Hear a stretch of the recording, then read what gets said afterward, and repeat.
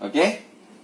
Sekarang kita lihat dari sini diagram KPU perhitungan sementara.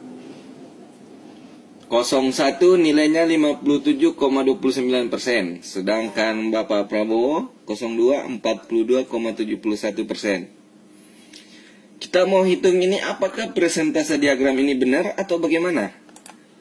Sekarang kita hitung angka yang masuk dari surat suara yang masuk, kita hitung secara manual. Tunggu, sekarang kita masukkan di Excel. Oke, itu wilayah satunya. Wilayah duanya kita copy lagi, kita paste lagi.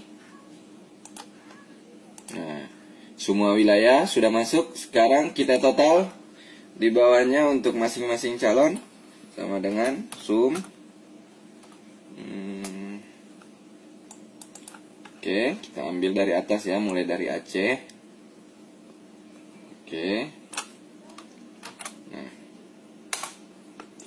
Nah, nilainya adalah 1.667.977 untuk 01. Nah, sekarang kita hitung untuk 02 sama dengan sum. Nah, kita mulai dari Aceh ya. Aceh. Nah, untuk 02 nilainya adalah 2.143.498. Sekarang perhitungannya yang benar yang mana? Diagramnya apa atau surat suara yang masuk? Betul. Salam akal sehat.